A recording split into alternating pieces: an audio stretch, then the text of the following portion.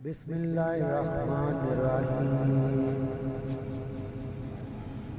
اخلاقی آداب۔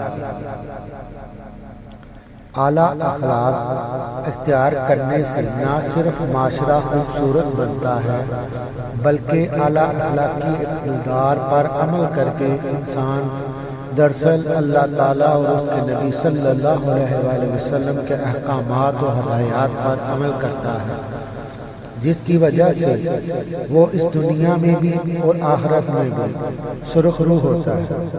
چنانچہ اچھے معاشرے کے قیام اور دنیا و آخرت کی کامیابی کے لیے ہر مسلمان خصوصی نئی نسل کو اعلیٰ اسلامی اخلاق سے مزین ہونا چاہیے۔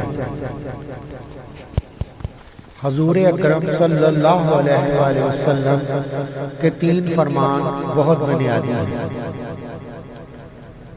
ہم ہمیشہ سچ بولیں، ہماری وجہ سے کسی کو تکلیف نہ ہو، ہر کام کو بہترین طریقے سے کریں، اگر ہم جھوٹ نہ بولیں، بددیانتی اور کام چوری نہ کریں اور لوگوں کے کام آئیں تو کامیابی اور خوشحالی ہمارے قدم چومیں گی۔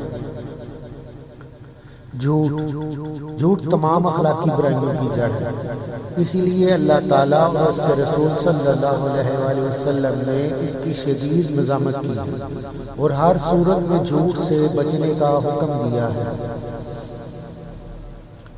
ارشاد باری تعالیٰ ہے، اور جو لوگ جھوٹی گواہی نہیں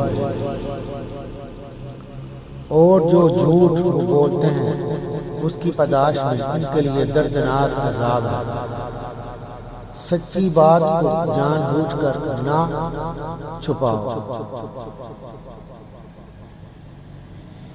ارشاد نبی صلی اللہ علیہ وسلم ہے، جو مجھے ضمانت دے اس کی جو اس کے دونوں جبڑوں کے درمیان یعنی زبان اور جو اس کے دونوں ٹانگوں کے درمیان، تو میں اس کو جنت کی ضمانت دیتا ہوں۔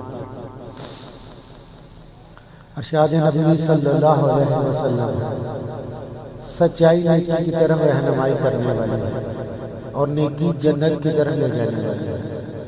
آدمی سچ بولتا رہتا ہے یہاں تک کہ وہ اللہ تعالیٰ کے ہاں صدیق سچا لکھا جاتا ہے، اور بلا شبہ جھوٹ گناہ کی طرف رہنمائی کرنے والا ہے اور گناہ جہنم کی طرف لے جانے والا ہے، اور آدمی جھوٹ بولتا رہتا ہے یہاں تک وہ اللہ تعالیٰ کے ہاں قذاب یعنی جھوٹا لکھا جاتا ہے۔ جھوٹ بولنا اور جھوٹی گواہی دینا گناہ کبیرہ ہے۔ خرابی اور نامرادی اس شخص کے لیے جو جھوٹی باتیں اس لیے کہتا ہے تاکہ لوگوں کو ہنسائے، خرابی ہے اس کے لیے، خرابی ہے اس کے لیے۔ لہذا ایک مسلمان کو ہر صورت میں جھوٹ بولنے سے بچنا چاہیے، حتیٰ کہ مذاق میں بھی جھوٹ نہیں بولنا چاہیے۔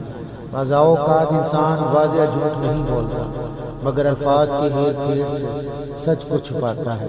سچ کو چھپانا بھی گناہ ہے۔ یہ بات بھی ذہن میں رہے کہ جھوٹ کبھی بھی چھپا نہیں رہتا، آج نہیں تو کل لوگوں کو جھوٹ کا علم ہو جاتا ہے، پھر کیوں نہ سچ بولا جائے، لہٰذا ہمیشہ سچ بولا جائے۔